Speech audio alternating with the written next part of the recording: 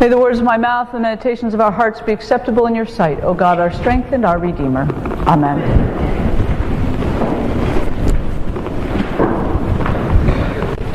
One of my favorite television shows of all time was Babylon 5. Some of you might have watched Babylon 5, but there's an episode in Babylon 5 where one of the alien races, every 5 years, chooses a new dominant group. And the way they do this is they have a great big bin. And everybody goes to the bin and they stick their hand out and they pull out a scarf. And if your scarf is purple, you are purple. And if your scarf is green, you are green. And if you pull out the purple scarf with the leadership badge on it, you are the leader of purple. And if you pull out the scarf with the leadership badge of green on it, you are the leader of green. Now, the purple and the green commence to try and beat each other into oblivion. And the humans get them all together and say, what is your argument with each other? What are you fighting over? And they say, purple, green. They said, we got that. There's two colors, there's two groups. But what are you arguing over? What are you trying to achieve? And they say, purple, green. So they commence to take one purple cloth off, and they put it on a green. At which point all of his comrades now try and beat him up. It would sort of be like if I came in here on Sunday morning and I said, you are red. You are blue. I don't think it would be very long before somebody over here would go, yeah, red. We're red. Yeah, red. Let's go red. Let's get t-shirts. Let's get some hats. We're red. Yeah, it's red. And then, if I went a step farther and said, from now on, red goes to communion first.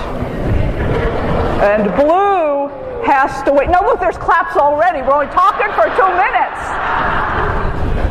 Blue has to wait. Well, I can tell you it would not be very long before my inbox, both voicemail and email, would be full of the red going, we love being red. And blue would be going, well, why are we blue? You made us blue. Did I change you in any way? Are you any different than who you were before? We humans are so prone to tribalism in whatever fashion it comes. In fact, we're about to see a major example of tribalism this afternoon, are we not? Patriots! Yeah, patriots!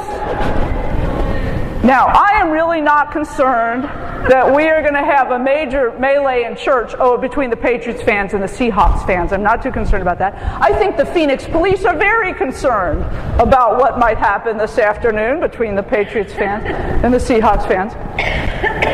But this, somehow it is just built into our DNA. I don't know how. Because I think if all of us took just a moment to think, we all have our groups.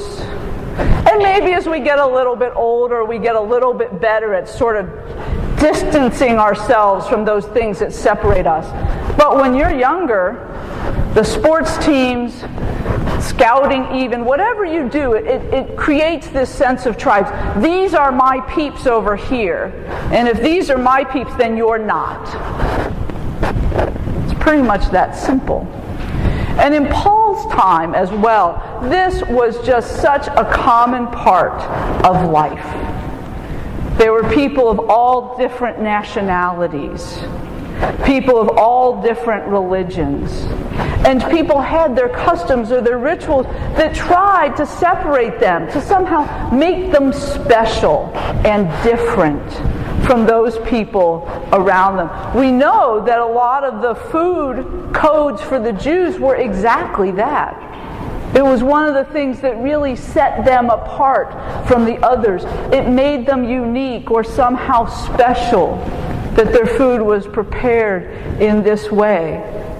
And in their minds, it also was part of being the chosen people of God. So if we are the chosen people of God, then everybody else is other. And it makes it really easy, and we see this in human history over and over and over again. It's really easy to ignore the other, to mistreat the other, because you're not us, you're them. And them are not important. Only us are important. Because if I came back over here and said, okay, Blue, all right, from now on, you people will get to sit, well, Episcopalians won't like this, we'll get to sit in the front of the church. And Red, from now on, you all have to sit in the back of the church. Well, maybe we'll let you sit in the hall and you can watch the service on the closed circuit TV. Blue would suddenly now go, oh, we're blue. This is awesome. So one of the things we're seeing in our epistle lesson this morning is Paul talking to the young church at Corinth. And they're having an issue about what to eat. Now, some of those folks were Gentiles, and they probably had eaten things that had come to the market, was not too concerned about where they came from. But some of those folks were Jews who were accustomed to very ritualistic eating laws. And those laws helped set them apart. Those laws are part of what made them important. Those laws are what made them the people of God. And so there was tension there. There were those that were saying, you can eat that meat, what difference does it make? And the others saying, no, we can't. And so at that point there was no us. That group had split into us and them, those who would eat the meat and those who would not eat the meat for whatever reason. And Paul's message to them is a reminder about the way everyone is gathered into being the people of God. That there is all us. That we are not small. It's actually part of Paul's reminder to be open to the fact that God's care, love, support is poured out upon all people, whether they eat the meat of idols that was sacrificed to idols or not. That God's love and compassion is poured down equally upon those groups. But he also makes allowance for someone who might really be struggling, for someone who needs that sort of ritual, those sort of restrictions to help them stay on the path of faithfulness. And again, Paul is saying, don't let this be something that separates you. Don't let this be something that allows you to push that person aside and say, you're now them, and you're not part of us. This is a great epistle lesson for us in this time, I think, right now, because over and over and over in our news, we're hearing these examples of us and them. There are so many forces in this world that try and push us apart, that try and create an us and them, that try and create a purple and a green. And what Paul's message is this morning is that there is no us and them. There's only us. There is that wideness in God's love and God's mercy that encompasses all of us as the children of God. That allows all of us to be on the inside.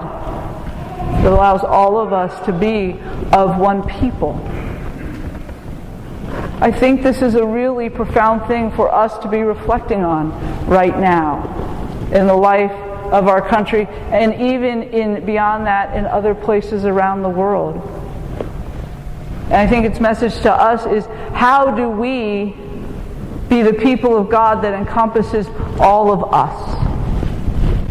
How are we those people that shine Christ's light, God's light, and invites everyone to be us? So how might we do that? How might you break down some of those barriers that create an us and a them? How might you be one that says, come on, we're all us. Amen.